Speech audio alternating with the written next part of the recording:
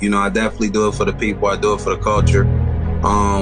But you know, in organizing our people, you have to have a certain level of patience, and you have to have an understanding of the trauma as well that we've been through, and some of the reasons we haven't got to organizational position to where we make organization a lifestyle. So essentially, that's what we are as an organization, and what we bring to communities is organization and making it a lifestyle. So when we talk about our, you know, doing stuff for the community, it's become kind of cliche, right? So, you know, people want to throw events, and you know, we become real eventful as people, and we do events and we say, okay, well, we doing something for the community, we giving back. And you know, sometimes I don't even like to utilize the word giving back because, you know, it doesn't have standing power. And what I mean by that is, you know, what is the outcome, the effective long-term outcome of a lot of the give backs and things of that nature if we're not gonna go back.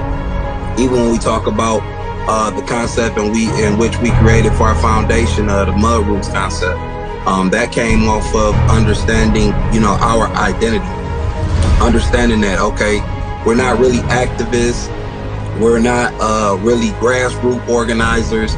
This has to be something different because what we're doing hasn't been done before on a consistent basis. So when we talk about organizing, I mean from January to December, we working and making sure that we have a certain level of programming in our community, you know, that is going to directly affect and impact, you know, the hoods and the ghettos of America. We utilize the word community extremely loosely, right? So it's community, but like, let's be honest, if we not doing it for the streets, and you know, when I talk community, is always hoods and ghettos of America, because that's truly the pocket that we have to focus on. So when we came up with the concept Mud Roots, it was strictly that. It's like understanding, okay, this is deeper than grassroots. What have grassroots done for Black communities over the past 5 decades? And you start to look and you realize not much, you know, because it's always surface stuff.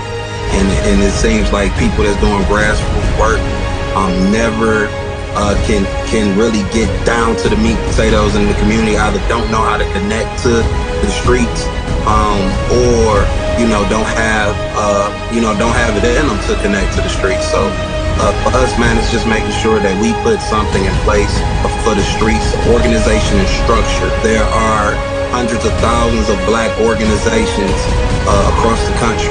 When we came around, we really wanted to truly define what organization looks like in Black communities.